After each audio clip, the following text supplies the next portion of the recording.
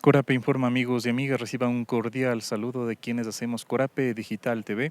Generamos la transmisión desde aquí, desde los exteriores de la Asamblea Nacional, en donde se están ultimando los detalles para lo que será esta sesión inaugural a las 10 horas este viernes 17 de noviembre. A propósito de esto, Pierina Correa de la bancada de la Revolución Ciudadana ha mencionado algunos de los detalles, cómo se trabajaría ese día y posterior también cómo se conformarán las comisiones una vez que los asambleístas también deban integrarle a cada una de ellas. Escuchemos las declaraciones de Pierina Correa. Asambleísta, el día de hoy van a hacer ya una simulación de lo que será el día viernes. ¿Cómo está preparado todo este sistema? Sí, efectivamente, buenos días y antes que nada gracias a ustedes por estar aquí siempre pendientes.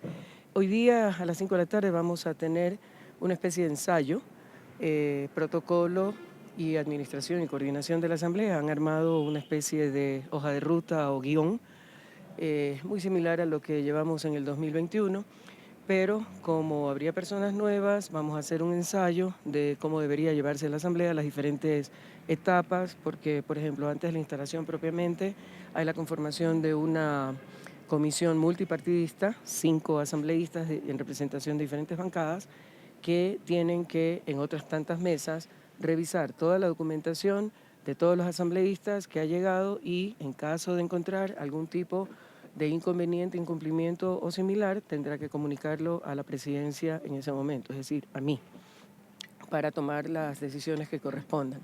Luego, si no hay ningún inconveniente, ya pasamos al desarrollo propiamente de la sesión, que en esta primera etapa es cortísima la agenda, simplemente la definición, elección de las autoridades que conforman el Consejo de Administración Legislativa, un presidente, 2 vicepresidentes, 4 vocales, siempre atendiendo también la alternabilidad, y el secretario y prosecretario de la Asamblea Nacional. Eso es todo lo que se trata ese día. Ya una vez definidas las autoridades, al día siguiente, si todo sale sin inconvenientes en esta sesión, ya las nuevas autoridades electas que conforman el CAL hacen una sesión para ver el tema de la conformación de las comisiones. En este caso, aspiraría a que esa definición, solo 136 asambleístas, pero estamos obligados todos a estar en alguna comisión. Solo el presidente no integra comisiones.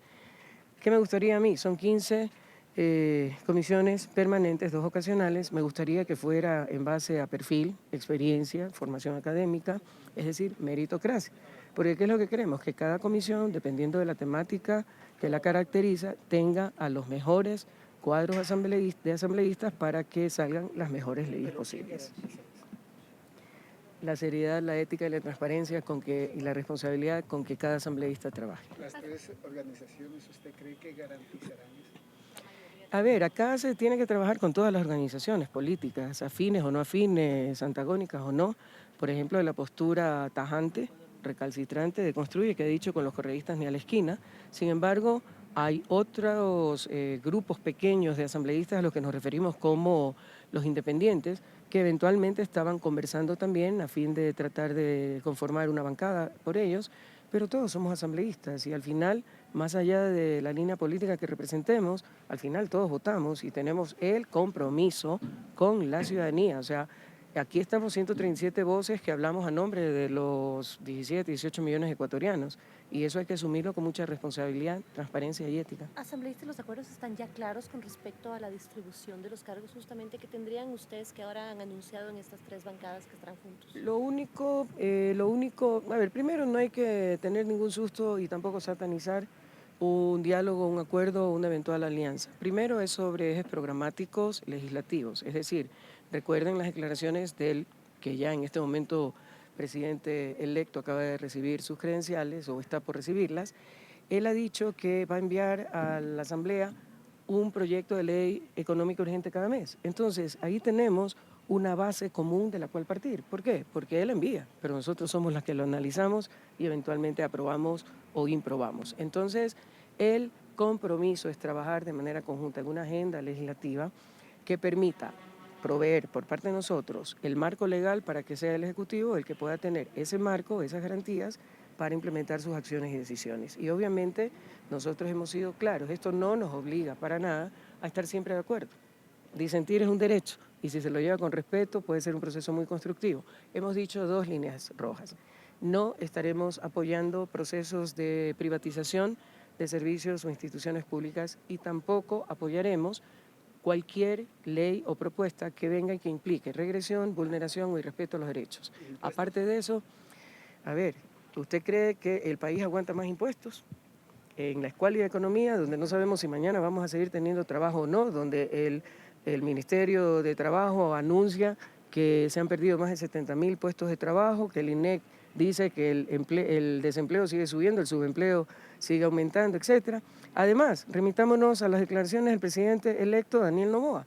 Él ha dicho que no solo no va a incrementar impuestos, sino que inclusive va a bajar. Ahora sí, por ahí hay un direccionamiento al sector de la construcción, pero no sé qué tanto favorezca eso a la población en general si no tienes trabajo, si no tienes acceso a crédito, como para aspirar a comprar bienes inmobiliarios que serían los beneficiarios. Ojalá que sea parte de la generación de empleo. El contenido de estas leyes, de estas primeras leyes que llegarían y que serían tramitadas dentro de la nueva mayoría legislativa, ¿ya ha sido socializado con ustedes o todavía no? Todavía no. Entiendo que las están elaborando y trabajando al interior de los equipos que están apoyando al presidente Noboa, pero nuestro compromiso es, obviamente, de manera responsable, revisarlas, analizarlas y eventualmente recomendar, observar y fortalecerla para que salgan las mejores leyes posibles. Las económicas urgentes tienen un plazo definido, 30 días sí o sí. Por lo tanto, es algo a lo que tenemos que abocarnos con total responsabilidad y tomando en cuenta el tiempo y la urgencia, la necesidad, la angustia de la gente que ya no espera más. Necesitamos 2 cosas, seguridad ciudadana. Nosotros en los 2 años previos aportamos con 11 leyes que tienen que ver directamente con seguridad ciudadana. Por lo tanto, están en la cancha del Ejecutivo, que es quien tiene que hacer reglamentos, políticas públicas y asignar los recursos para que pueda ser implementada. Ahora, recursos. He ahí uno de los graves problemas que se tiene en el nuevo gobierno. No hay recursos. Las cifras que ha señalado este gobierno saliente son mentirosas. Al principio hablaron de 2.000 y pico, que no llegaban a 5.000 el déficit, pero una funcionaria o exfuncionaria del Banco Central ha dicho que bordean los 9.000 millones. Asimismo, nos indican que en las reservas internacionales, que todo el mundo se rasgaba las vestiduras cuando decíamos que como propuesta de gobierno que íbamos a utilizar 2.500 de esos casi 10.000 a los que supuestamente había llegado, hoy me dicen que casi que está en cero. Entonces, la otra pregunta es, ¿a dónde ha ido a parar todo ese dinero? Que recuerden que hablaban que eran las reservas, que eran el soporte, la garantía de los depósitos, etcétera. Entonces, cuando sí los usa un grupo, ahí no pasa nada, no se vulnera ningún derecho ni se afectan los depósitos. Entonces, sí, hay un doble discurso en algunos sectores, pero... Yo quisiera tener un poquito claro, ustedes como bancadas, ¿qué comisiones les interesaría presidir? Tal vez la comisión de fiscalización. Esa pregunta me la han hecho varias veces desde hace un par de días porque alguien se ha preocupado de posicionar que yo no solamente muero por estar en la comisión de fiscalización, sino que encima muero 2 veces por ser presidente.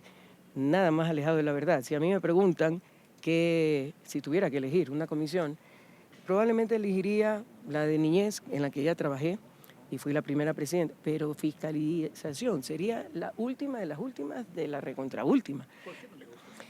Porque creo que no tengo el perfil para una comisión de ese tipo. Es como, por ejemplo, estoy consciente de la importancia de Comisión de Régimen Económico y Desarrollo Económico y obviamente, por obligación, estoy informada de algunos temas económicos, pero no considero que sea mi fortaleza. Entonces, zapatero a tu zapato. Por eso hablé al inicio de preparación académica, experiencia, conocimiento para ir en un tema u otro. Si no, por ejemplo, la de niñez, obviamente, yo vengo desde los 14 años haciendo voluntariado.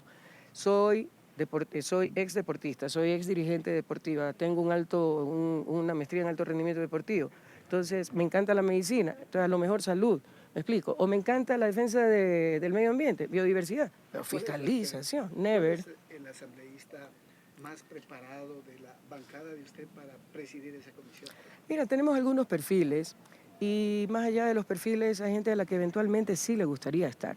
O sea, a ver, un nombre que se me viene a la cabeza y que ya fue parte, actor válido, la misma Viviana Veloz, por ejemplo, que tuvo a cargo el tema del juicio político a Guillermo Lazo. Entonces, por ejemplo, ella podría tener eventualmente, pero al interior, pero es que también puede ser considerada para ese perfil. Por eso digo, dentro del movimiento del bloque, hay personas que tienen excelentes perfiles, no solamente para ser considerados para el CAL, sino también para las comisiones, pero en función de experiencia, perfil y todo. Roberto Cuero formó parte de la Comisión de Fiscalización el periodo anterior, podría ser él el Podría perfil. ser también un excelente perfil porque fue un defensor y tuvo una voz muy potente al interior. Por eso les digo, son varias personas, ¿no? Entonces, ahí podrían, Coms Córdoba también fue parte de la comisión, pero, por ejemplo, ahí nuevamente hay que ver el tema de los perfiles, ¿no? Y asimismo, por eso hablo de experiencia también. Los que repetimos en la asamblea ya estuvimos en una u otra comisión, entonces ahí ya debería de ser parte del análisis y los argumentos para decidir a qué comisión van. Es dentro de estos acuerdos, eso es lo que falta atar todavía a las comisiones, no está Es una estructurado. segunda instancia, una vez ¿Será que el domingo? está, no, una vez que está definido el CAL, más allá, a ver qué dice la ley, el CAL tiene que tener representación de todas las bancadas que están en la asamblea, inclusive minorías. Lex dura lex, ¿ok? Y luego, una vez que está conformado el CAL, más allá de que nos agraden o no quienes hayan sido, el CAL sesiona el día siguiente, sábado. En esa sesión es que van a determinar la conformación de las comisiones. Luego tiene que hacer una segunda convocatoria de sesión de comisión, que ya le corresponde a quien quede a cargo de la presidencia de la Asamblea. ¿Eso qué quiere decir? Que en esa segunda sesión, ahí sí se aprueban las comisiones. Y luego cada comisión, de manera independiente, autónoma, ya se reúne, se autoconvoca para definir presidente y vicepresidente respectivamente. ¿Y esta sesión del Pleno sería el lunes? El lunes correspondería, sí. La convocatoria es de 48 horas. Soy un maestro jubilado. Sí. ¿Cuál es la posición de su bloque frente a la educación que venimos sufriendo los maestros, padres de familia, alumnos? ¿Cuál es su posición, su bloque respecto a mejorar la educación y la atención a los maestros jubilados? A ver, me está hablando de diferentes temas. Para comenzar, nosotros somos defensores acérrimos de la educación, que junto a la salud, para mí son las dos bases de cualquier sociedad en el mundo. Sin salud y educación, ningún pueblo avanza. Yo vengo de maestros, de familia de maestros, y yo misma he sido profesora de academia, de colegio, de escuela y de universidad desde los 14 años. Por lo tanto, para nosotros es vital el tema de la educación en cuanto a calidad, capacidad competitiva, condiciones competitivas, acceso a la investigación, ciencia, tecnología, y eso necesita de inversión en recursos. En este gobierno hemos tenido continuos recortes y ya se anunciaban en el nuevo presupuesto otros más. Eso por un lado. ¿Qué proponíamos nosotros en campaña? Recuperar primero la educación pública y de calidad en los diferentes niveles para aquellos que no tengan cómo pagarlas. Recuerden que el actual vicepresidente decía todo a privatizarse, ¿ok? Segundo, otro cantar es el tema de los jubilados. Los jubilados, al igual que cualquier otro servidor público, si ya ha completado su edad laboral y sus condiciones en cuanto a aportes al seguro, tiene derecho a condiciones jubilares en un momento en que a lo mejor ya no hay las energías ni las fuerzas para ejercer otra función. Así que mi respeto y el respeto sobre todo a sus derechos adquiridos, más allá de la preferencia o no, y la calidad educativa en primer lugar. ¿Qué va a pasar el día de la instalación, el día viernes, cuando le notifiquen la comisión esta especial que tiene que armar esta comisión temporal multipartidista, de ir definiendo qué requisitos o no cumplen los asambleístas? ¿Qué pasa si es que Patricio Carrillo no logra subsanar el impedimento del Ministerio de Trabajo? Quien tiene que subsanar no le corresponde al Ministerio de Trabajo, le corresponde a quien emitió la sanción, que somos la Asamblea Nacional, que ni siquiera estamos posesionadas ni en funciones todavía, ¿verdad? Entonces, ¿a quién correspondería subsanar? A nosotros. Él no puede posesionarse. ¿Y por qué razón? Porque tiene una sanción en firme del Pleno de la Asamblea Nacional como consecuencia del juicio político que se hizo en su contra antes de la disolución de la Asamblea, antes de la convocatoria a elecciones y antes del proceso eleccionario. Por lo tanto, no existe vulneración de derechos, que es lo que él argumenta. ¿Qué quiere decir esto? Después de recibir las credenciales, que fue el lunes para nosotros, estuve sentada al lado de él toda la sesión, ¿qué pasa? Nos toca hacer el trámite que se está haciendo en este momento en la antesala del Pleno de la Asamblea, Nela Martínez, entregar la documentación para proceder a la vinculación en calidad de ¿qué? De funcionarios públicos. Los asambleístas somos funcionarios públicos, recibimos nuestro sueldo de las rentas del Estado y él tiene la inhabilitación de ejercer cargo público. Es clarísimo, la ley no se presta a interpretaciones. ¿Qué pasa? Uno de los documentos que tenemos que presentar es el certificado que lo emite el Ministerio de Trabajo de no tener impedimento para ejercer cargo público. Ahí debería detenerse el trámite porque no lo va a poder subsanar. Hay un checklist, 12 documentos, ¿tiene tal cosa? Sí. El currículum, sí. La declaración de bienes, sí, perfecto. Ups, este de aquí no lo tiene, no puede seguir con el trámite. O sea, no debería de poder seguir ni siquiera ventana de gestión documental, ni el siguiente paso, que es ingresar al salón del pleno a poner la huella, que es el único acceso que tenemos a las curules electrónicas. Pero él ha señalado que va a presentar una acción de Ya la protección. presentó hoy día, ya la presentó hoy día. ¿Qué podría hacer si el juez a quien le toque resuelve seguirle el juego de manera ilegal, respetando el primer poder del Estado, porque no hemos hecho las cosas ni a escondidas ni nada, las hicimos en el tiempo que debimos hacerlas y en la forma correcta que teníamos que hacerlas, pero sí, el juez al que le toque decide darle el gusto y aceptar, ¿qué es lo que vamos a tener? La sesión no se interrumpe, pero lo tendremos sentado en calidad de subdirector, vicepresidente, como quieran hacerlo. Que no es correcto, es un respeto, como les digo, a la primera función del Estado, es quitarle a las funciones netas que tenemos nosotros como asambleístas de legislar y fiscalizar. Y en él es una doble vergüenza, primero, porque él quiso correr pues, para la asamblea. Entonces está actuando en contra de una de las funciones a las que él aspira a realizar, por un lado. Por otro lado, ha sido comandante general de la policía, ha sido general, ha sido ministro. ¿Y ellos no son de la institución policial, que es una de las más estrictas en cuanto a cumplimiento de las leyes, de las disposiciones y todo? Entonces, mantiene un doble discurso, un ego tremendo, quiere al braveo fortalecer, quiere incidentar la Asamblea Nacional, cuando lo lógico es que diga, ok, ya me permitieron, el TCE les permitió participar argumentando que se le estaban violentando sus derechos políticos. Ok, ya participó, ya, se cumplió su derecho político, pero hay una sanción firme, pues. Y entonces, si no la respetamos, ¿dónde quedan las leyes? ¿Dónde quedan las instituciones? Hagamos lo que nos dé la gana, que siempre vamos a conseguir a alguien, ¿no? ¿La Corte Constitucional no lo avala? El fallo de la Corte Constitucional recientemente emitido y que es de obligatorio cumplimiento e inapelable señala con absoluta claridad que este tipo de acciones a las que él está acudiendo no aplican a los juicios políticos. O sea, si alguien tiene alguna duda, ahí está clarísimo y es una sentencia de la Corte Constitucional. Por eso digo, si a pesar de eso el juez al que le caiga el trámite insiste en darle viabilidad y en aceptárselo, está yéndose contra todo el orden jurídico establecido y contra sentencia de la Corte Constitucional en pleno, por no mencionar la Asamblea Nacional. Asambleísta, ¿ya se definieron los 5 nombres de los asambleístas que conformarán esta comisión que revisará? No conozco los nombres, entiendo que, o sea, tienen obligatoriamente que representar a diferentes bancadas, pero no conozco los nombres. Ojo, tampoco por un tema justamente para que nadie boicotee ni quiera dañar un acuerdo que tampoco tiene que ser satanizado. Ningún bloque al interior de la Asamblea, ni nosotros que somos mayoría, tenemos los votos suficientes para tomar decisiones por nosotros mismos. ¿Qué tenemos que hacer? Nos mantenemos en la pelea y no trabajamos nada, no aprobamos nada, y detenemos el avance del país, o hacemos acuerdos con madurez emocional, política, teniendo en primer plano y prioritariamente al Ecuador. Eso es lo que estamos haciendo y ya les digo, nadie dice hay que renegar las ideologías, nadie está diciendo que tenemos que estar de acuerdo en todo.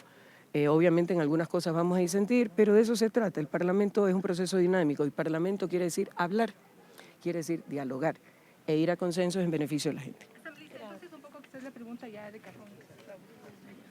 ¿Cuántos son los votos que ya tienen asegurados para captar la presidencia de la Asamblea? A ver, sume, 51 de RC5, de los socialcristianos son 14 pura sangre, más 4 de alianzas, 18, y no sé cuántos estén y en los últimos días se haya sumado a la bancada de gobierno, porque recuerden que ellos arrancaron con 14 asambleístas, después de las elecciones en circunscripción exterior se sumó el último para completar los 14, pero en el camino se han ido adhiriendo más. Entiendo que, de acuerdo a los últimos números que oí, estamos hablando de 26 o 28 personas. Entonces, asumamos 28 más 18 son 46, más 51, rebasaríamos ampliamente incluso los 90 que se requieren para otro tipo de acciones más drásticas. A ver, ¿Y la candidatura? ¿Quién está seguro? Nada está escrito en piedra. En el 21 también se había llegado a un acuerdo. Lastimosamente una de las partes, Guillermo Lasso, irrespetó y hubo el desajuste, el desbarajuste que se dio en la Asamblea. Acá queremos pensar que quienes han participado de estos diálogos y eventuales acuerdos son personas sensatas, son personas serias que van a mantener su palabra. Entonces los detalles los estamos reservando un poco, yo no los conozco realmente. Se ha mantenido mucho sigilo, mucha cautela, justamente para que nadie trate de boicotear, que por si acaso sí hay algunos inspirados en hacerlo. Y ahí escuchábamos a Pierina Correa sobre lo que será esta sesión inaugural de la Asamblea Nacional. Recordemos a la ciudadanía que esta nueva Asamblea estará en funciones aproximadamente por 1 año y medio. Posterior a esto, nuevamente tendremos que elegir a los asambleístas que estarán aquí en el Legislativo en los próximos 4 años a partir del 2025. Es el informe que les hemos llevado a través de Corape Digital TV.